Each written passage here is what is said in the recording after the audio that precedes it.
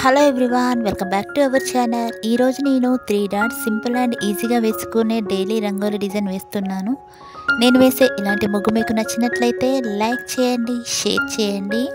మీలో ఎవరైనా first time నా వీడియో చూస్తున్నట్లయితే సబ్స్క్రైబ్ చేయండి ఫ్రెండ్స్.